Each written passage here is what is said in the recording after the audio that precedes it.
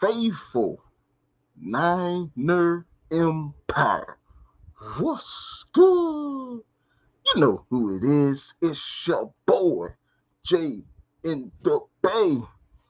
And once again, it's always a pleasure and an honor to be on with the best fans in the NFL, the faithful, the Niner Empire. Always a pleasure to be on in front of the faithful. This is a special episode that we're having on a Sunday night. I will have a guest with me tonight. You might have heard of him, the Cardinal Rule. He is a Arizona Cardinals fan and YouTuber. And I'm glad that he's able to come onto the show with me tonight, Sunday night. It's always good to know what your opponent is doing in the NFC West. And I plan on having more shows as well with other content creators from the other respective teams in the NFC West division. But we got to say, what's good to Joseph, a.k.a. the Cardinal Rule. And I also like to say, the Cardinal Rule, his YouTube journey has started off like a rocket, straight in the air. Like he's got 2,300 subscribers. He's about 5,000 views away from hitting that 200K view mark. So that's incredible journey so far. I gotta say, what's good? Thanks for tuning in to the stream, man. Thanks for coming on with me to the stream. How is your Sunday night going? The Cardinal Rule. It's going okay. It's Sunday, getting ready for the week to start. But man, yeah. I appreciate the opportunity to hang out with you. We've done collabs before, and it's always a joy to hang out with you. You're a good dude. I love being on here, and I appreciate the kind words about the channel. And in fact, it's just over a year old now. Wow. I launched the channel on April 2nd, but did my first video on April 5th. So it was right before the draft. So it's been really a lot of fun to grow the channel, and just myself learning how to edit and how to do the little things to make my channel better every video. And it's been a lot of fun. And it's a journey I know that you get to experience too, just kind of learning the ins and outs of what we're doing. So absolutely. Sure. That's a journey in itself, not just talking in front of a camera, talking to people you've never met in person, but just like you said, editing and tagging the video and always trying to improve your video. So that's another battle in itself. So, huge kudos to all the content creators out there. It doesn't matter what you talk about, what sport, because it is not easy. That's for sure. It's very time consuming, but hey, if you love what you're doing, sometimes it doesn't seem like work. But man, I appreciate you coming on with me. And huge shout out to everyone watching Jay in the Bay Facebook, Jay in the Bay YouTube, and Jay in the Bay Twitter. Feel free to hit that thumbs up button. Also, make sure you subscribe to Jay in the Bay. And I also have TCR, a.k.a. the Cardinal Rules. All his social media info is in the links of the description of this video. So if you want to check out his IG, Twitter, YouTube, feel free to check it out. But I would love to hear the people in the comments weigh in on this question that I'm going to pose to you, the Cardinal Rule. What is the biggest NFC West headline so far? So from the end of, hey, you could say the LA Rams winning the Super Bowl, but starting from there up until now, what is the biggest NFC West headline in your opinion? And people in the chat, the faithful, the Niner Empire, and also some Cardinals fans, feel free to weigh in on that question as well. Yeah, I mean, there's a lot of things you could look at as headlines, and it's I'm probably, there's some that I'm probably going to miss that that are probably bigger, but I think to me the biggest headline, and the one that's probably most relevant to our teams that both see themselves as playoff contenders, is the Rams trying to run it back and trying to show that, trying to prove the idiom that the salary cap is a myth, by trading for players and adding players when they're a team that historically has been viewed as kind of capped out. So I know there's a lot of other things, and you probably got a few responses to that same question that are also big stories. But in terms of being a fan of the Cardinals, and for you, I'm sure as a fan of the 49ers, who are hoping our teams can be the one to win the division next year, that's a big story. No, absolutely. I would say immediately the first thing I thought of was the Russell Wilson trade. I mean, Seahawks trading arguably the best player in their franchise. I know some people would say it may be Steve Largent, maybe Walter Jones. Hell, some people may even say Marshawn Lynch, for what he did for the Seattle Seahawks. Of course, the players of the Legion of Boom. But for the Seahawks to trade the best player I think, at least I've seen in the last 10 years, to lace up in a Seattle Seahawks uniform.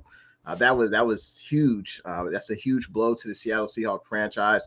I know they're going to try to rebuild. I feel like Schneider, I believe that's the GM's name, and Pete Carroll, they are lockstep in with each other. And they're going to try to rebuild the Seattle Seahawks team. But Russell Wilson stays West, but in the AFC West with the Denver Broncos, and then that division is crazy. You look at the quarterbacks in that division. So for me, I would say it's the Russell Wilson trade, and I would love to hear what people in the comment section feel about the biggest NFC West headline. I'm going to skip around a little bit. Let's see. So the Jonathan Lemon brand, what's good? Thanks for tuning into the stream tonight. He says the Russell Wilson trade as well. Looks like Carcast, what's good? He says the Debo Samuel saga.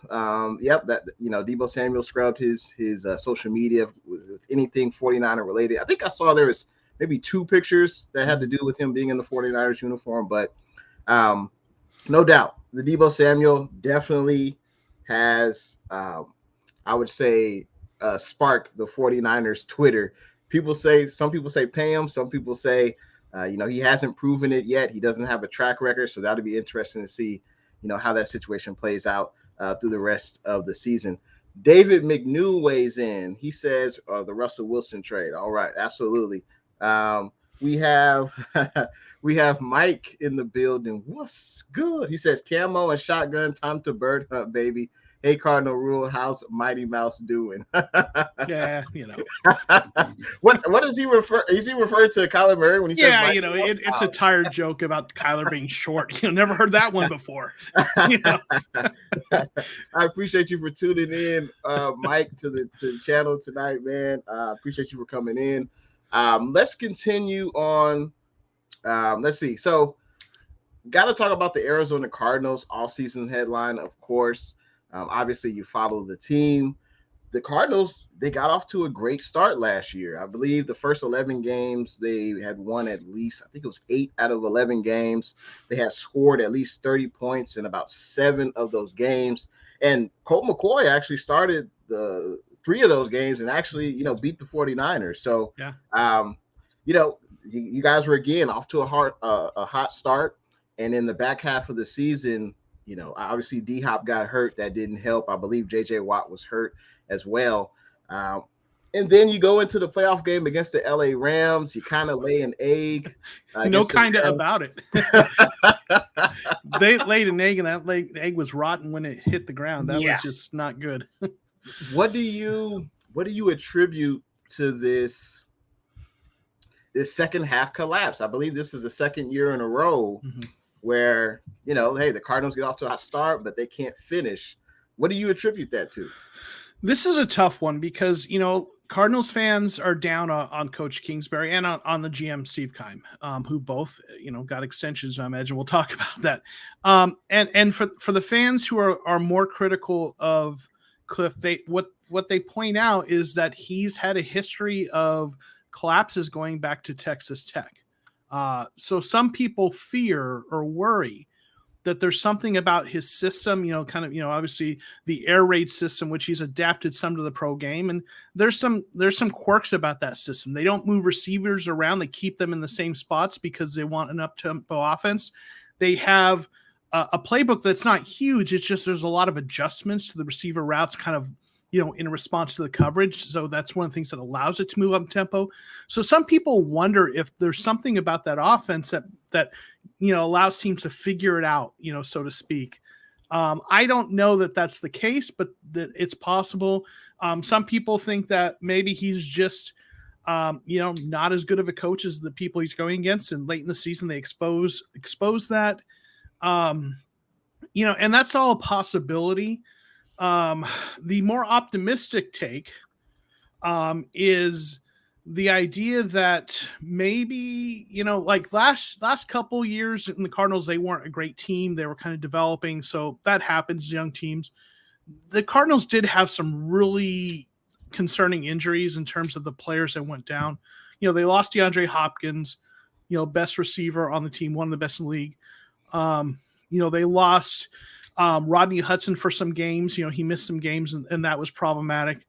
And then they lost Robert Alford, who was quietly their best cornerback all year. And, somewhere around, I think it was week 14 or somewhere thereabouts, went down.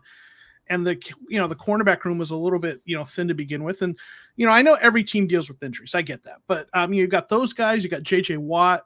The Cardinals were particularly unlucky with the players that were injured. They were key players, the best receiver, the best cornerback, best interior defensive lineman. I know some people will say that it's an excuse, but that happens. And part of the problem with that is the Cardinals didn't, have good depth. And that points to the issues with drafting. Steve Keim struggled with drafting recently. So, so the question is, what is the reason for the collapse? Maybe it is that something about Cliff's coaching just doesn't do well late in the season. I give him, he's smart and he works hard. He's always first guy in the building.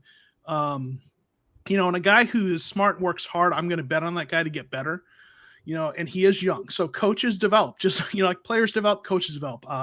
I'm better at my job today than I was at it 20 years ago. And I think we all are. So, there's a potential that he could get better, and the team has gotten better every year. I mean, we can't forget that. So, but the next step has to be this next year. They have to figure out how to play better late in the season. If they don't, if he doesn't take that as the next step, then we have to reconsider things. Yeah, it'll be interesting to see how that plays out. I mean, as you mentioned, Cliff Kingsbury has gotten better each year. I believe this was the first year you guys went to the playoffs, right? Since 2015. Yeah, first so, year. I mean, that's progress, right? Yeah. And I think the owner saw progress in that by giving extensions to Cliff Kingsbury and Steve Keim, and that's something that we'll get into. I would love to hear your input on, how you agree with those moves. But gotta say first to what's good to Payo Time.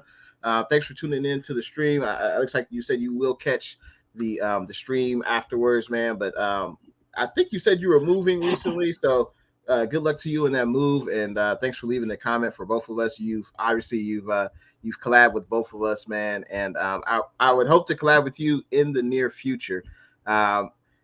Quick question from Payo Time. I had to think about this. He says, can you think of a player that played for both the Niners and the Cardinals?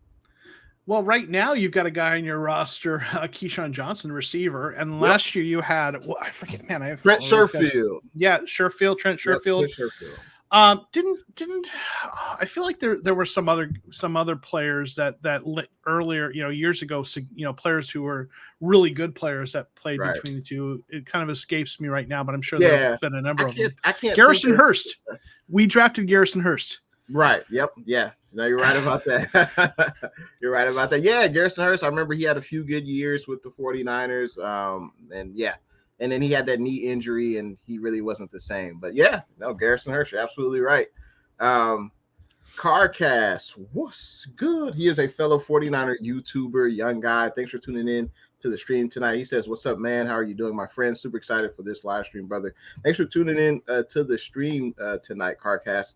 And speaking of the Cardinals, struggles in the playoffs, it seems like Kyler Murray has kind of struggled to put together a full season. It seems like he starts off hot, and for whatever reason it is, whether, like you said, defenses catch up to him, they know his weaknesses, or his lack of availability. It seems like this is the second straight year he's been hurt.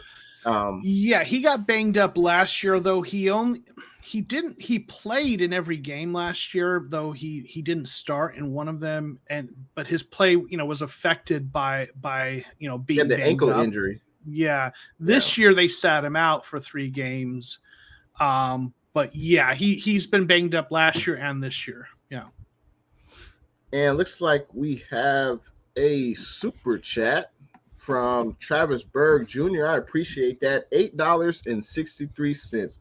Hot diggity dog. I'm trying to figure out. Is there significance to that number? What's the significance in that number? There's a story there, right? I'm not sure, Travis Berg. Maybe you can give us some hints, but I appreciate it nonetheless, man. And I hope you're doing very well, man. And thanks for tuning in tonight. Now, let's talk about since we recently talked about the extensions, let's talk about Kingsbury and Keim getting extensions. I believe they're extended through 2027. Yeah. What was your reaction to that? Are you for that? Are you against that? Obviously, with the recent news with, I don't know how much you want to get into that, but with the Steve Wilkes, joining the Brian Flores lawsuit, that is a whole, there's a whole new significance to that question now. When it first happened, a lot of fans, who are down on the two, Keim and Kingsbury, were not happy about it. And, I understood it. When I looked at it, I thought, okay, that's a 5-year extension through 2027. That's probably going to line up with what Kyler Murray's contract is going to be in terms of whenever they sign that extension. So my thought going into it was they have anchored themselves to these three. They've tied their future to these three. Kyler's extension is just a matter of time. And they're lining the three up to give it a 5-year run. Well, 6-year or 7. Yeah, 6-year if you include, I guess, I guess, no, that would be 5 years from now. So 5-year run to give them a chance to show that, this is the trio. And if they don't, then they've got all three of them ending their contracts and they can do a clean sweep. So I saw it as they wanted to commit to this. They're going to commit to this trio. They're going to try to make it work. And, to some degree, when you're trying to, get free agents to sign or re-sign, that you don't want to have someone who's on a 1-year contract, a coach or GM. You want people to feel like there's stability. So, so that's kind of how I saw it.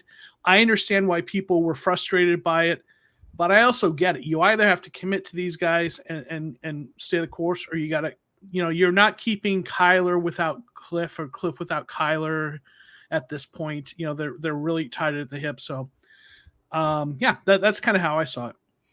I agree with your assessment that they're definitely tied at the hip. I mean, the Cardinals the previous year before they drafted Kyler Murray, they drafted Josh Rosen with their first round pick.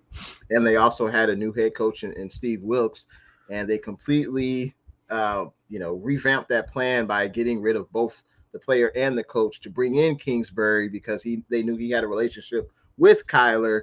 So, yeah, they're going to be together for the next at least 5 years. I don't see the Cardinals getting rid of Kyler Murray. I think he's a pretty good quarterback. They just have to, learn how to finish and have some playoff success, some sustained success. As far as Keim, I would ask you this. I'm asking you on the spot. Like within the last, let's say 3 to 4 years, who's been his most productive draft pick? If you could. At the top of your head. Well, obviously Kyler, you have to put him up there, but Budda Baker is another guy, who he's drafted in the second round. Who's been a stud. So Byron Murphy Jr. has been a decent cornerback for them. Chase Edmonds, was a 4th round pick who contributed. Yeah. Christian Kirk, was productive, obviously, but he moved on. But Budda Baker is the best pick in my opinion. In the recent years for Keim. All right. And gotta say, what's good to David V. Thanks for tuning in, and thank you for continuing to rep the Niner Empire. Same with JR Meadows. What's good? Thanks for tuning in to the stream. Let's see. We also have the Sports Star. Thanks for tuning in to the stream. What's good? And terrible, unfortunate news. A tragedy that Dwayne Haskins passed away. It's unfortunate. We don't really know the circumstances other than, he was walking on a highway and I have no idea why he was out there. We don't know, but, so much to live for, gone way too soon. Very unfortunate. Dwayne Haskins, passed away, and very sorry for him and his family and their loss. And man, everyone that spoke about him, or at least 99% of people spoke highly of him, and it's a shame. It's a shame. Gone way too soon. Yeah, I mean, he was someone's son. Someone, he had family. He's it's when these things happen, it always reminds us that the people who are playing the game that we watch, who we talk about, they're human beings. And And that's sometimes I think, unfortunately, people forget all too often. Yeah. Because, and we talk about players as though they're commodities to some degree. Also, we talk about players that should be signed, but that's the nature of sports. But you have to step back and remember that they're real human beings, at the end of the day, and it's tragic. Absolutely. Yeah. Couldn't agree more with your sentiments on that. The Jonathan Lemon brand says that he's never really been a good coach, college or pro, honestly. And I think he's referring to Cliff Kingsbury. Yeah, because he didn't really succeed at Texas Tech. And then he was going to be the USC offensive coordinator, but I guess Keim came calling. Yeah. I mean, when you say a good coach versus a successful coach, it's not always the same thing. Texas Tech always had good offenses. They didn't have good defenses. Yeah, he had some struggles, kind of and in the end of the day, he was a head coach. But, in college in Texas, it's hard to compete with. You got the A&Ms, University of Texas. You got some good programs there. Yeah.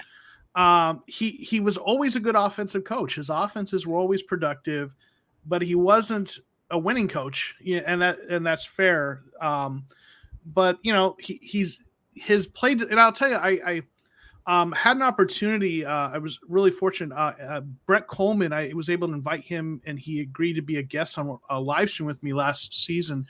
And I asked him what his take was on Cliff Kingsbury as a coach. And his take was that Cliff, from what, and if you know Brett Coleman stuff, he watches film. He knows what he's talking about. And his take was that Cliff Kingsbury, in terms of play design, is top notch. He's really good in designing plays. Now, there's a legitimate question in terms of how is his sequencing, meaning calling the right play at the right time. So I tend to look at these things with some more nuance. I think Cliff's a good coach. He's got some things he needs to improve on. The question is, can he improve on those things enough? But listen, he got a team to the playoffs. It's hard to do that. And a team that got better every year for the last 3 years. So to me, that's not a sign of a bad coach, but the late season stuff is a sign of a coach who's got some things he's got to fix if he wants to be a coach who can win a championship. Yeah, and especially in the NFC West, a tough division that saw 3 teams in the division get to the playoffs. So that is an accomplishment for sure. And it takes more than play calling to be a good coach. It's about leadership and like you said, it's about sequencing, calling the right plays at the right time management, things like that. I think that's something that some Niner fans would say that Kyle Shanahan struggles with. And it's a very tough gig, but he's showing strides of progressing, and I think that's part of the reason why he got that contract extension. Yeah. And as we roll into, let's see. So, can you name a few of the Cardinals' key offseason additions? Yeah, so they started out, focusing on their own free agents, which a lot of teams do, and so they brought back guys like, James Conner, Zach Ertz, a couple other key players, and there were a couple guys they let walk who were going to be asking for a lot and got paid a lot. But they brought right now, thus far, they've really focused on some depth and players in terms of the guys they've went out and signed. They haven't been super active, but I've looked at it. I think what they're doing is they're trying to play for 2023 compensatory picks. They're slated to probably get a third, a fifth, and a sixth with the players that they've lost. So I think what they're doing is they're signing guys that aren't going to count against that. After the draft ends, you can sign players without it affecting the next year's comp pick. So I think they'll be signing some players after the draft. But they brought in Will Hernandez, a former second-round pick, offensive guard from the Giants. Our offensive line coach Sean Kugler was his college coach at University of Texas El Paso. So he struggled with the Giants. He was a starter there. But struggled a bit. They're hoping reuniting him with his college coach, can help him to be a productive player on offensive line. They signed linebacker Nick Vigil from the Vikings, kind of a depth signing, signed a tight end, a special teams tight end. I think it was Steven Anderson, who was with the Chargers. So some smaller signings up at this point, in addition to the guys they brought back. No, yeah. And I think, bringing back James Conner. I think he played a key role in you guys' run game, and he's a pretty good running back. He ran all over the 49ers. So yeah, he's really, really good. Also, you brought back Zach who else? Ertz was Zach the big Ertz, one. yeah, tight end Zach Ertz. I think you guys signed him to a 3-year deal. I think that's going to be a really good signing. I wish the 49ers could have signed a tight end like Zach Ertz to be like a good 1-2 punch with George Kittle. I thought that would be really nice. Just to talk about the 49ers additions real quick, we signed, the big free agent, at least for us, was cornerback Charvarius Ward from the Kansas City Chiefs. I think that was a huge upgrade over who we have now at the cornerback position. I mean, Charvarius Ward has played a lot of key pivotal games with the Kansas City Chiefs over the years. Since Pat Mahomes has been a starter, we know the type of success he's had in the playoffs. So I really like Charvarius Ward signing for us, and we signed a lot of depth guys. We added back to the defensive line. We got a few special teams guys because we had one of the worst special teams units this last year. We got rid of the old special teams coach. We got a new special teams coordinator. The gentleman, I think it's Brian Schneider from the Seattle Seahawks. He was there for about 10 years. And his special teams unit actually scored a touchdown on us. I believe it was a fake punt, and they scored on us. So hopefully we can have some of that razzle dazzle, some of that magic onto the 49ers. Let's take a quick peek in the comments. Travis Berg Jr. in regards to that super chat, he says it was just a random number, man. All right, man. I appreciate it, man. I appreciate it. Young Hitter, what's good? Congratulations to you, Young Hitter. You just had the birth of your first child, so congratulations to you, man. He says, what's up, Jay and the Bay? Hope you're having a wonderful evening, man. Same to you. Stunner Fillmore, what's good? Appreciate you tuning in tonight on the stream. We also have Livy's World. What's good? Hope everything is all good for you in your neck of the woods, Livy's World. And thanks for tuning in. We have to talk about, the Cardinals obviously added some players back to their roster, but they also lost a few key pieces to this team. Who would you say is the biggest loss in your opinion? Well, the biggest loss, I think in terms of going a position that they really need to fill is actually probably Chandler Jones. Right now, the edge rusher spot across from Marcus Golden is a couple guys that, Devin Kennard and Dennis Gardick, a couple kind of guys that might platoon there, but they don't have a guy that you look at and say that's definitely a solid starting, edge rusher. Obviously, Christian Kirk was the big story with the, what the contract he got, and he was a good receiver for the Cardinals. I think that's a little bit less of a concern because Rondale Moore, a guy they drafted in the second round, slots, he's a slot receiver, so he should step right into that spot. And it's a little easier, I think, to find some depth at slot receiver. So, but those are the two big ones. And I would say Chandler Jones might be the harder one to replace of the two. Speaking of Chandler Jones, how do you imagine they'll replace him? That's a really good question. A lot of people, a lot of Cardinals fans, myself included, think that edge rusher is going to be a position of priority in the draft. So they may take an edge rusher within the first couple of rounds and hope to get that person starting. I could also see them, signing a veteran, someone like, Melvin Ingram, or is it the other Ingram, the Ingram edge rusher. There's one that's a running back and one's edge rusher. I always get them mixed up, but, signing a guy who's kind of, towards the end of his career in his 30s, on maybe a budget deal after the draft, historically you can get some good production out of guys like that. So I think they'll pick up somebody, whether it's the draft, free agency, or both, in my opinion. And speaking of the draft, you guys do have a first-round pick. I am very envious of the Arizona Cardinals. Are we the only ones in? Well, I guess the Seahawks have a first-round pick. I think they have a first round, yeah. But the Rams, they don't have a first round for the next decade. And unfortunately, our first pick isn't until I think pick 61 in the second round. I wouldn't be surprised if we moved up in the draft. But with the first-round pick, what position? And what side of the ball do you envision the Cardinals draft? When we're looking at the first round, it seems like the two positions that are most often talked about are edge rusher or receiver.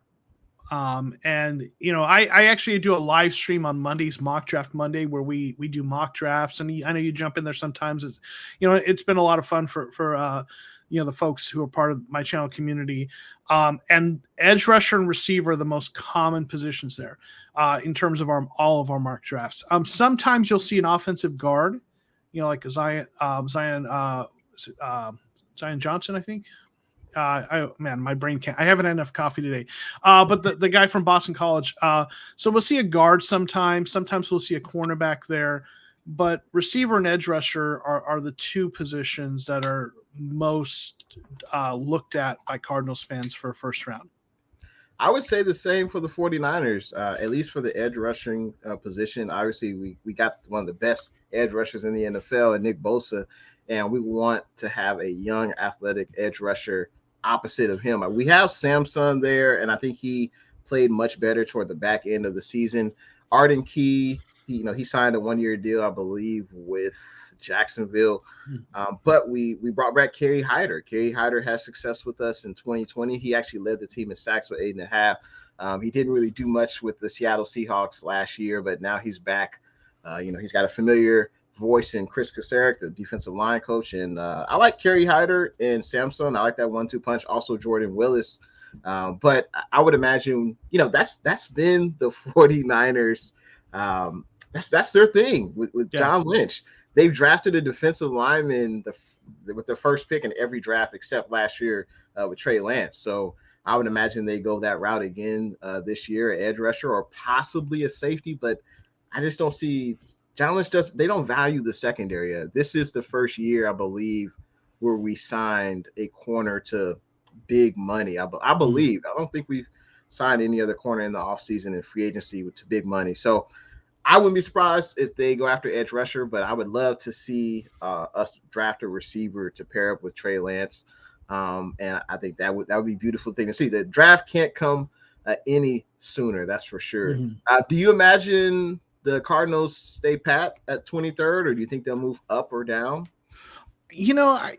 I could see them moving. There have been rumblings among some of the folks who cover the Cardinals, some beat writers, that the Cardinals have been looking to maybe move up, maybe to get a cornerback or an edge rusher, one of the top ones. Though when I've been following the Cardinals for forever, and I pay attention to the draft pretty closely. And historically, in the first round, Steve Keim, he moved up to draft, quarterback. But aside from moving up to get a quarterback, he's either stayed in his spot, or he's moved back a few picks and picked up draft capital. So, I think it could happen either way. Usually the way they do it is the way a lot of teams do it. They have a list of guys that they think, okay, at this pick, these are all players that if any one of these are here, we like them and we'll take them. And if those, we're at pick 23, maybe they've got 15 guys on that list. And if those 15 guys are gone, they'll trade back. If one of them's there, they're going to take them. And that's usually, how they approach it. When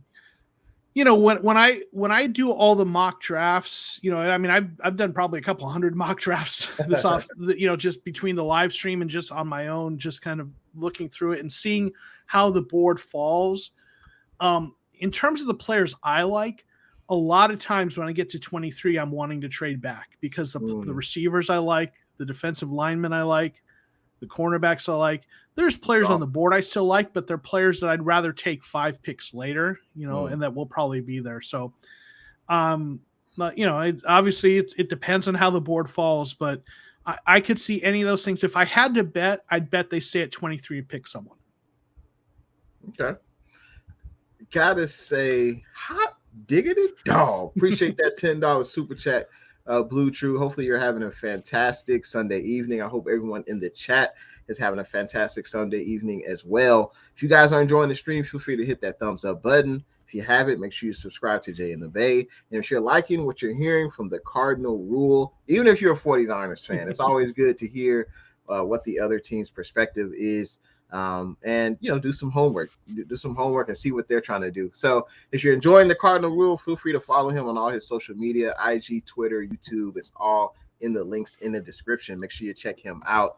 And I have to talk about Christian Kirk. I mean, I don't know what the hell is Trent Baalke doing, but 4 years, $72 million. Let's see, I think it was a $37 million signing bonus. I think the guarantee was only, let me double check this, but I think it was only like 20 million guarantee, I believe. So what were your thoughts on, Christian Kirk signing this big deal with the Jags? Do you think that was, he deserved that deal, or he was worthy of that deal based on his previous production with the Cardinals? Well, I am pretty much consistently on the side of supporting players get whatever they can get. They have a limited shelf life. Owners make a lot of money. And I always, it bothers me personally. It's just my pet peeve when people, kind of get on players for wanting too much. They got maybe, some of them might only have 3 years. Some of them get one contract, and so I say, God bless him. Okay. Yeah. In terms of Christian Kirk, from a roster building perspective, just being objective, they overpaid for his, and with a contract, you're sometimes people say, is he worth it? Well, you're always projecting future production, right? And he's talented, and he'll be a nice player for them. And as long as he can stay healthy, he'll be productive. But that's a lot to pay for a player of his profile, a guy who's best as a slot receiver. And slot receivers are important in the NFL offenses, but that's a lot of money. They're on a rookie contract with their quarterback, so I get that now's the time to spend. But the rumblings around the league was that was an overspend, and a lot of other teams the whispers were, that you're hearing on Twitter, that other teams were frustrated with the Jaguars for kind of blowing up the wide receiver market that way. Yeah. And who else was bidding for his services at that price tag? I mean, the Cardinals would have liked to have him back, but they weren't they weren't bidding with that, No. And as a Cardinals fan, I would like to have had him back, but I wouldn't want to have paid that much for him. So that's why I say, God bless him. Go get that back. Someone was going to pay you that. If they're willing to pay you that, take it, and I don't fault you for it. I absolutely agree with what you said, and I don't want to come off as, I would never tell a player to take less money to stay with the team, or you don't necessarily deserve that. But I'm just curious, who were the Jaguars bidding with? Like, who? I don't know what other team was going to give him that. And as you mentioned, his deal affects all the other wide receivers who want to get a contract extension. And I would love to hear your thoughts on Deebo Samuel. But I mean, look at that Christian Kirk stats. He played, I think he played in, out of 4 seasons with the Cards, he played in 3 out of 4 seasons where he played double-digit games. He didn't play every game, but he played, I would say, a majority of the games, like 80 to 85% of the games. In those 4 seasons, he had about 236 catches, almost 3,000 yards receiving, 17 touchdowns. I think he was productive, but he was never the number one receiver. And now the Jags are paying him to be that. And, I guess, hey, we'll see what happens. But at least they get their young quarterback, a veteran receiver. And, hey, maybe he will start having numbers like DeAndre Hopkins. I don't know, but I mean, they're paying a premium because they're not a good team right now. Right. Like, if that's why, players will take a little less to go to a situation where they have a better chance to win sometimes. But if you're the Jacksonville Jaguars and you got to overpay. I mean, you had a really bad situation with your coach. You've got a rookie quarterback who was supposed to be really good and was a little uneven. He'll probably be fine, but they were bad again, and you got to overpay. Yeah. So he was competing. I mean, but at the same time, Florida's not a bad place to live. So. Exactly. Yeah. No, you're absolutely right about that. I would love to hear your thoughts on Deebo Samuel. I mean, there's no doubt Deebo Samuel had one of the best seasons a 49er receiver has ever had. Over 2,000 yards from scrimmage. He was the offensive MVP for this team last year. There's no mistake about it. But his rookie year, it was good. He had a good rookie year. It wasn't Pro Bowl worthy, but he wouldn't be considered a bust. His second year, he comes in. He came in a little overweight. He was recovering from the broken foot he suffered early in training camp. The second year was basically a wash. I think he played less than double-digit games in the second year. And then we come back to last year where he had, all-pro, Pro Bowl season. Now, Debo, he wants to get paid. He wants that bag. I don't blame him. But do you think Debo was worth Tyreek Hill, Devontae Adams, Stephon Diggs money? What say you? So, again, I look through a lot of things through the lens of roster building and, in terms of their, certain positions you pay for, certain positions you just kind of keep a rotation of guys you draft for. My philosophy on roster building is you can pay probably two pass catchers top of the market money, whether it be two receivers or a receiver and a tight end. And then with the rest of your receiving core, you have to go with some combination of guys that are maybe have by their own, willingness have signed below market, or guys on rookie deals, or going with guys that are just, solid but not spectacular players who you can keep for a reasonable price. And right now, I don't know what I don't know how much you're paying Kittle, but to me, it looks like Kittle. Top dollar. I'm sorry. Kittle's getting paid top dollar. All right, so he's at the top of the contracts for tight ends. I can look it up real quick, but Kittle's getting paid top dollar. So he's one of your pass catchers who's getting paid, and from my perspective, you can pay one more. And Samuel is really good. He looks like he could be that number one receiver.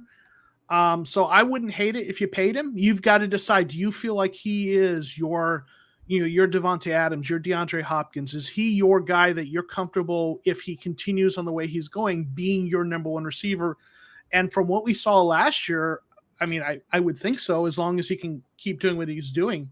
Yeah. And obviously, he then they use him out of the backfield a lot. So, so from a roster building perspective, I'd say, he's one of those two pass catchers you pay on your roster. Man, I mean, we're already paying. Well, Jimmy G's contract, unfortunately, is still on the roster. I would imagine he either gets cut, 24 hours prior to his contract being guaranteed for the season, or, if a quarterback gets hurt in training camp, maybe we could trade him. Also, be on the lookout for a draft day trade as well. The thing is with Jimmy, though, I don't think he's yet to pass his physical. He had the shoulder surgery, so we're kind of waiting on that. But, hey, Jimmy G's contract is still in the books. We already got Kittle, and he's making top of the line tight end money. Trent Williams is making top of the line left tackle money. We're already paying Eric Armstead, Fred Warner. He's already got big money. Nick Bosa will be up soon. And I just think Debo does not have a track record of, consistent play. Like I said, the first year it was good. Second year is a sophomore slump. Third year, if you would have had 3 straight seasons of like last year, break the bank, you deserve it. But those other guys, Diggs, Hill, Devontae Adams, they've been having Pro Bowl, All Pro caliber seasons like the last 4 to 5 years. So I think Debo, if he gets 20 to 22 mil per year, I'm cool with that. And you had mentioned the way we're using Debo. I don't want to see Debo as a running back. He's not going to be able to hold up. Right. There's no way. He was averaging about 8 carries a game toward the back end of last year. There's no way he can do that for a whole 17-game season. There's no way. So supposedly Debo said he wants to be the highest non-paid quarterback. So basically he's saying Tyreek Hill, Devontae Adams money. But we'll see what happens, because the Niners, I feel, have all the leverage in this. Debo can sit out training camp. Hell, he can even sit out games. But if they can come to an agreement, worst case scenario, we keep Debo the next 2 years and franchise tag him, right? I mean, that's an option. I don't want to do that. But the Niners have given up on players before. We traded away DeForest Buckner. Couldn't agree to a contract extension. We traded him away. We let go of DJ Jones this offseason. We let go of Lincoln Tomlinson this offseason. So we've done that with players, but we'll see if how close the two sides can come together as far as his contract negotiation. But let's be real. We can't really sign anything until Jimmy G's contract's off the books, because I think we are at bottom 3 in a salary cap available right now. So but we'll see how this situation plays out. Gotta say, what's good to NYCE? Thanks for tuning in. He says, what's good, Jay and Cardinal Rule? Hope all is well. Same to you. We have the platform 246. He also talks about the 49ers. What's good? He says, what's happening, Jay? Faithful forever. Hopefully you had a safe drive. I know you were driving to LA yesterday, so hopefully everything turned out well for you. Niner Sickness is in the building. What's good? Thanks for tuning in to the stream, Niner Sickness. Hopefully your Sunday evening is going well. Speaking of salary cap, I didn't ask you this before, but do you know where your guys' salary cap is right now? Yeah, the Cardinals are kind of close. I think they might have somewhere between 5 and 7 million in cap room right now. It varies depending on which website you reference. Yeah. There are some things they could do to clear up space, and everyone that's the thing everyone says now. The cap is a myth. Well, it's not a myth, but it's flexible. You can, or I should say, your contracts are flexible. So they have their left tackle, DJ Humphries, is on the last year of a contract, and his cap hit is, is it 19 million, 15 million. It's big. They could probably clear up if they extended him, or sometimes when you sign a contract extension with someone who's on the last year of their deal, you can structure it in a way where it actually gives you cap relief this year. Right. So they could probably get another $10 million if they were creative and did something with him. So they have some room to work with, but it's a little bit tight right now. Yeah. Gotta say, what's good to KD? Thanks for tuning in to the stream, man. Appreciate you joining in on a Sunday night. I was going to ask you about the salary cap because I was curious to see if you were interested in re-signing guys like AJ Green and cornerback Robert Alford. What are your thoughts on those two players? Yeah, there's been talk about both of those players, in Cardinals Twitter. Robert Alford had a visit with the team this offseason, so have to figure they're talking about maybe bringing him back. Robert Alford, before he got injured last year, was playing really, really well. He was really solid. He missed the 2 years in a row with injuries, and that was really tough. So you do worry about his health, but I think you could probably sign him to a pretty reasonable deal, in part because of that. And the way he played, I wouldn't mind having him back. They'd have him, and they added Jeff Gladney, former first-round pick of the Vikings, who had a little bit off the field struggles, issues. But those, his legal issues cleared, and the Cardinals signed him. So they've got a little more depth this year. If they bring back Alford, I wouldn't mind that. AJ Green, Cardinals fans are really down on him because of the way, that Green Bay game ended. That was rough. And he had a few other moments, but if you look at things holistically, he had also some nice moments. He had some nice plays on some 50-50 balls where he went up and kept drives going for the Cardinals. And he was solid most of the year. With both, with AJ Green, I'd say in particular, it matters the price.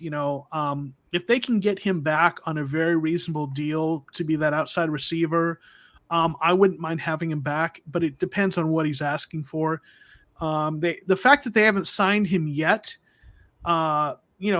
makes me wonder if they're waiting to see how things play out in the draft. If a receiver falls to them that they like and they draft that receiver, maybe they go with that young receiver.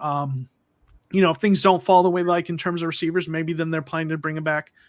And with Alford, maybe the same thing. Maybe they're waiting to see how it goes in terms of cornerback. But if they don't if they don't draft someone early in either of those positions, I wouldn't mind having those guys back on the roster. And I think in the draft, or I should say in the the NFL Combine, I think there were at least 10 wide receivers who ran faster than a 4.4, I believe. So Something like that. It was yeah, it's ridiculously crazy. Yeah. fast. Yeah. I don't Yeah. remember the last time that happened, but I would imagine, just to rattle off, I think the 49ers draft needs. I think it's definitely an edge rusher. I would say a receiver, tight end, interior offensive lineman. And I think that could be one of our, I guess, most unproven areas on the offense, at least as the offensive line. Outside of Trent Williams and Alex Mack, there are definitely question marks at the left guard and right guard spot. We let go of our Pro Bowl left guard player in Lincoln Tomlinson, and we're getting ready to pretty much hand the job to Aaron Banks, and he was a guard we drafted last year in the second round, and he didn't really see the field last year. So there's definitely uncertainty there, and it's crazy because you want to have an established offensive line with continuity. The players are familiar with each other, especially when you got a rookie quarterback, and that's what we all anticipate Trey Lance is going to be behind. So it's like, I wish that we would have kept Lincoln. And also with right tackle Mike McGlinchey, he suffered a quad injury, and I don't recall a player having this injury before, at least not on the Niners, where it's a quad injury that they're not sure if he will be able to recover from. So we don't know the status of him going into the offseason. So that, that's another question mark there at right tackle. So I would imagine we would draft an interior offensive lineman. There are guys there on our offensive line, but they're just unproven. We've got Aaron Banks, Jalen Moore. We have Daniel Brunskill. Brunskill's solid, but I just think we could do a little bit better, especially in pass blocking situations. But obviously, safety, I think we should get an upgrade at safety as well. Man, Jaquiski Tartt, if you would have caught that pass against the LA Rams in the playoff game, no word on if he's coming back. I would imagine he's probably not going to receive, massive offers in free agency. He's kind of on the back end of his career, but I would welcome Jaquiski Tartt returning, but we'll see what happens. I was going to ask you, as far as coaching changes or additions, was there anything significant with Cliff Kingsbury coaching staff? Not really. I think they might have, had a few, they have a coaching intern, part of the owner has the Bidwell program they've had for a while, where they bring in coaches from underrepresented groups to give them opportunities to kind of, they brought in a guy who's he was an offensive coordinator or a quarterbacks coach at a really small university. So they brought him in, to get a chance to work at the pro level. But there weren't any major moves in terms of the coaching staff. Man, well, I don't know if you heard about the Niners, but some would call it a mass exodus, man. We have 14 new coaches with the 49ers. Now brace yourself. This might take a few minutes, but okay. I'll get comfortable. I got some water. Yeah. Our offensive coordinator, Mike McDaniel, he got a promotion to be the head coach with the Miami Dolphins. And when that happens, people they want to bring on people to their staff who they're comfortable with, who they're familiar with. And he did that. He brought in former tight end coach John Embry. He brought in the wide receivers coach Wes Welker to him. So we're already down those two spots, but they have been filled already. But we also brought in we have a new special teams coordinator. We have a new quarterback coach. And I would love to hear your thoughts on this. We bring in a quarterback coach, Brian Greasy, who doesn't have any coaching experience whatsoever. And he's going to be part of, the teaching process for Trey Lance. Now, the great thing about Brian Greasy is he's familiar with the Shanahans. He's been with them since, Denver Broncos. He was the quarterback there. He knows what Shanahan wants from his quarterback. He knows the terminology, all that good stuff. But what say you? What do you think about us bringing in a quarterback coach who has no prior NFL coaching experience to, but yeah, I would love to hear your thoughts. That's interesting because on one side, Shanahan clearly has done a good job finding and developing coaches who become coaches elsewhere, so on one side, you want to give him a little bit of the benefit of the doubt and trust he knows what he's looking for. Right. But at the same time, it does give me pause when you have someone come in who's, most recently been in the broadcasting booth and doesn't have that kind of experience. He played the quarterback position and, usually some of the best offensive coaches are guys that were backup quarterbacks because they watched the game and they were in the game planning, but they were watching the whole time and had to be prepared in a different way, and had to help, had to help the starting quarterback. So I get that, but yeah, there's something that does give me pause about a guy who hasn't worked his way, kind of up through the coaching ranks and kind of, taken his lumps a little bit as a coach. But, at the end of the day, it's what's going to matter is how he performs. And, usually coach, the Shanahan system, for all the things that one might criticize about his time clock management or what have you, Shanahan manages to have good offenses, and even when players get injured. So I think it'll probably work out and he'll probably be decent. So I would imagine it will. And let's be real. Let's face it. If the 49ers go to the playoffs, Trey Lance starts every game. He leads the 49ers to the playoffs. We're not going to be talking about Brian Greasy. We're going to be saying, oh, Kyle Shanahan's a genius. That's why we traded up to, draft Trey Lance 3rd overall. So, I think it will work out. What I love, though, about Shanahan, as you mentioned, that he does have a great eye for talent.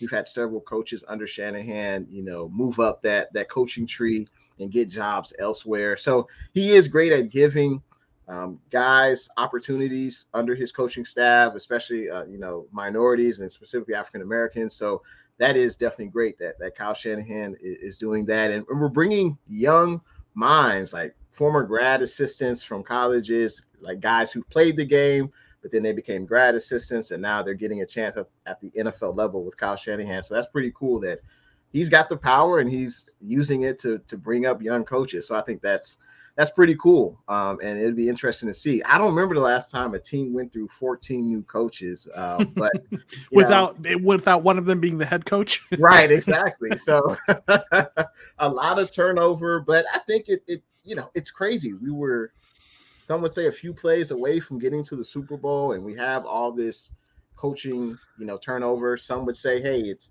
if you believe in Jimmy G, you got to get out because we got Trey Lance number 5 under center. So I think that could be the reason why Scangarello, he was our quarterback coach last year. He went on to college. He went on to college to be an offensive coordinator. So, but that could be a reason why. But I'm very intrigued to see how this coaching staff does this offseason. And it's all about the Trey Lance offseason. It's all about putting talent around him, and we want to see him succeed.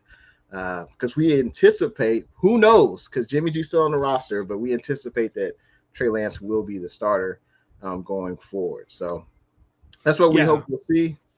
I mean, you have, you drafted him that early. He has to be the starter this year. You have to see what you have in him. You have to give him that chance, and you have to give him a long leash. He has to have room to, kind of make some mistakes and not have, have some bad games. Right. Because, what was he, 4th overall when you drafted him?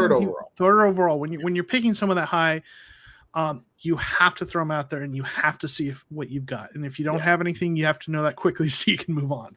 And I think for his psyche and for the entire locker room, you can't have Jimmy G back. I mean, you just can't. I mean, guys love Jimmy G, and I totally understand that. But, you can't have Trey Lance looking over his shoulder at Jimmy G. And plus, hell, he makes like $27 million. You can't have a $27 million backup.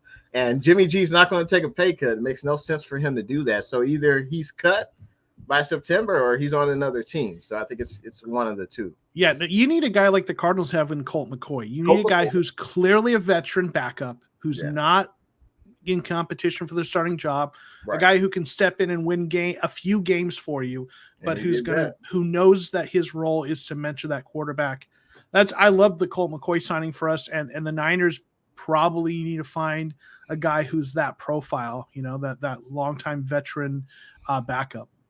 Absolutely. And you guys re-signed Colt McCoy to a 2-year deal. I saw that. We have Nate Sudfeld, and I think he's solid, but you need a veteran. I think a guy who's started some games in the league for stretch, And it's weird because the Niners have never done that really under Shanahan. I mean, it's pretty much been of course, Jimmy G. And then it's been, Nick Mullins and CJ Beathard. I mean, it's pretty much that's been it. We've never signed a Joe Flacco or Ryan Fitzpatrick or Andy Dalton. I would love to get those type of players, but for whatever reason, the Niners, maybe we don't want to spend that amount of money on those guys. And it's not significant money, but the 49ers have just never done that under Kyle Shanahan for whatever reason. So yeah.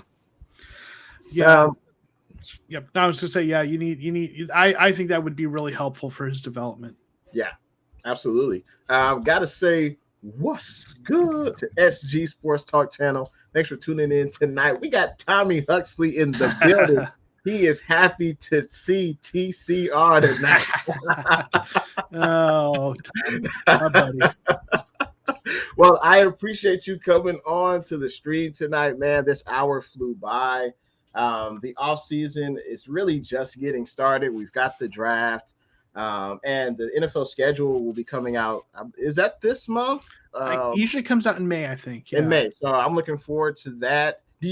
Just quick sidebar, do you plan on going to any Arizona Cardinals games this year? I'm hoping to go to one or two of them. There's a couple that are within drive. I live in Georgia. So my career has brought me here. So last year I drove down to the Jacksonville game. Okay. And there's a couple games that I'm looking at that are within driving distance, Atlanta and Carolina that possibly might go to one or both. So we'll see how it plays out. Yeah. Nice, man. Nice. Well, that sounds good. And for the people who don't know the Cardinal Rule, let them know where they can find you on social media and what they can expect from you this offseason and during the season on your YouTube channel. Yeah, thanks, Jay. My links I believe are down below, but my YouTube channel is the best place to find me. The Cardinal Rule. I've got links to my Instagram and to my Twitter. I'm most active on Twitter. It's Joe Camo 13, but it's spelled kind of funky. So the best way to find it is YouTube. But if you go to my channel, what you'll find is a combination of live streams each week, reactions to games. I do some I do a lot of quick short videos that are like reaction to games, kind of what I saw, game previews. And once in a while, I'll do some deep dive videos where I kind of pick a topic related to the Cardinals and I go in, I look at some data, some stats, some film. I look at something and I put together some information and kind of try to present an argument for something that's going on. Like, for example, I did a video about Kyler's contract that's coming up, looking at what I think he's going to be paid and how those contracts work in the NFL. So if you want some deep dives on the Cardinals plus just kind of some general reactions, just news and stuff. I do a good bit of all of that and definitely would enjoy or appreciate folks, checking out what I do. Absolutely, man. And your channel is continuing to grow. As I mentioned earlier, I believe you're at 2.33 thousand subscribers. You're about 5,000 views away from 200,000 views. And you're obviously going to get that sooner than later. So, man, you are someone I look up to. And I see what my channel could be in the near future. And also just, man, you put out excellent content, very thorough content, man. So I salute to you. Appreciate you for coming on my stream and continue the great work on your YouTube channel, man. Thanks, man. I appreciate that. That's very kind of you. Thank you. Hey, absolutely, man. We will collab definitely in the future, man. But you have a good rest of your weekend and, hey, a productive work week. Yeah, thank you. You too. And hey, thanks everyone in the chat. Even taught me. All right, man, take it easy. All right, peace. Peace. All right, so that was the Cardinal Rule representing them good old Arizona Cardinals. Definitely looking forward to collabing with TCR again. It's a blast having him on. And I appreciate everyone for tuning in tonight on a Sunday night. Talking about the 49ers and Cards offseason. I will have most likely a Rams and Seahawks YouTuber in the next coming weeks in a similar format, just talking about their offseason, what they've got going on. And huge shout out to everyone watching intheBay Facebook, intheBay YouTube, intheBay Twitter. Shout out to Blue True, Travis Berg for those super chats. Greatly appreciated. And you can still tune in to intheBay YouTube channel for your latest 49ers news. I mean, so far, it's just been the Deebo Samuel saga. And you know, I guess that's just part of the negotiation process. That's what we've seen Kyler Murray do. That's what we've seen, of course, Deebo Samuel do. But we'll see what happens.